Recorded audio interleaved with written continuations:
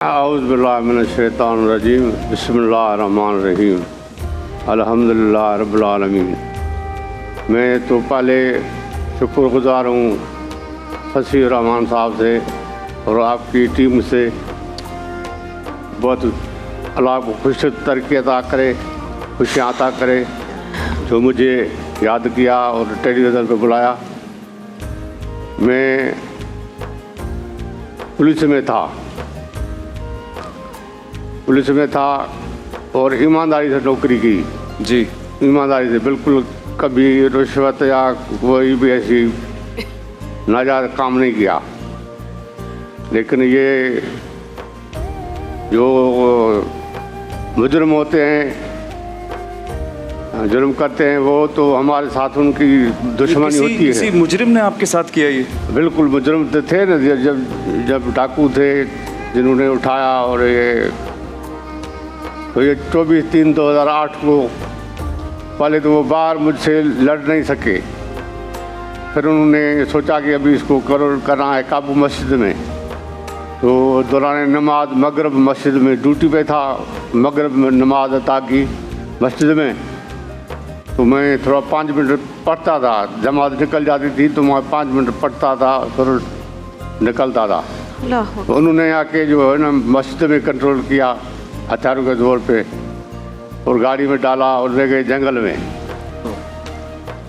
जंगल में लेके पहले ये बस्ट मारा टांग में, फिर ये कुल्हाड़ियों से टांग दोनों काटी, फिर ये हाथ काटे, फिर ये पूरे मुंह में सारे बदन पे तेज़ाब डाल दिया। अल्लाह अकबर। फिर वो तो जंगल में छोड़ के चले गए। अभी मगरिब की नमाज तो मुझे मस्जिद में अदा की मैंने, तो इशा की नमाज जो है ना इसी हाल में मुझे नसीब हुई। मैंने बोला अभी मर जाऊंगा, जंगल में कौन आएगा, अभी कौन उठाएगा मुझे। तो मैंने वहाँ जो इशारों की नमाज शुरू की और मुकम्मल नमाज पढ़ी है। तब फिर वो जो मेरे पीछे लगे हुए थे पुलिस वाले, वो उनको पता पड़ा, किसी ने फ़ोन किया, किसी ने दिखाया, कैसे भी मतलब वो आए, मुझे उठाया। खून तो बिल्कुल बह चुका था और कोई बचने की उम्मीद नहीं थी। जब अस्पताल ले गए तो डॉक्टर कह रहे थे कि भाई अब इसको क्या करें, कहाँ से इसको जोड़ें। दोनों टांगें कटी हुई हैं, दोनों कमर कटी हुई है, अल्लाह, कमर दोनों तरफ से कटी हुई है और हाथ कटे हुए हैं, आँखों में तेज़ाब है। अभी क्या करें। तो अल्लाह ताला की मेहरबानी से ज़िंदा हूँ और सलामत हूँ। शुक्रगुज़ार हूँ अल्लाह का कि अल्लाह ताला ने इसी हाल में मुझे बचाया और चला रहा है। क्या वो लोग पकड़ में आए? अभी नहीं, बस वो पता ही नहीं पड़ा। अल्लाह, अभी मैं आँखें होती तो पहचान था, आँखें थी रही नहीं तो, लेकिन वो देखे भाले हुए थे। मुझे समझ में ऐसे आ रहा है कि वो मुझे देख रहे थे।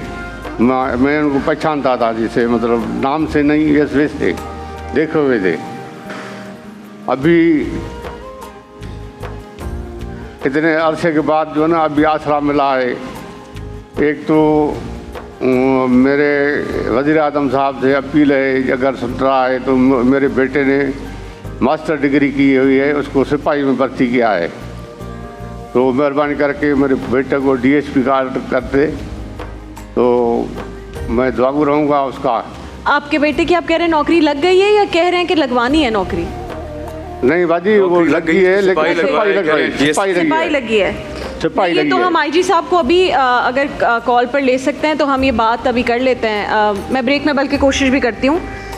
और आँखों का इलाज अभी जो है ना, अभी डॉक्टरों ने मुझे चेकअप किया है, उन्होंने कहा है कि वहाँ कनाडा में जो है ना वो डॉक्टर को अस्पताल है, वहाँ मेरा ऑपरेशन होगा आँखों का। पाकिस्तान में मुमकिन नहीं है, तो वहाँ जाने के लिए तो पैसे चाहिए। ठीक है, अभी वहाँ के $4.5 लाख वो कह रहे हैं कि भाई $4.5 लाख खर्चा होगा और तुम्हारी आँखें ठीक हो जाएंगी।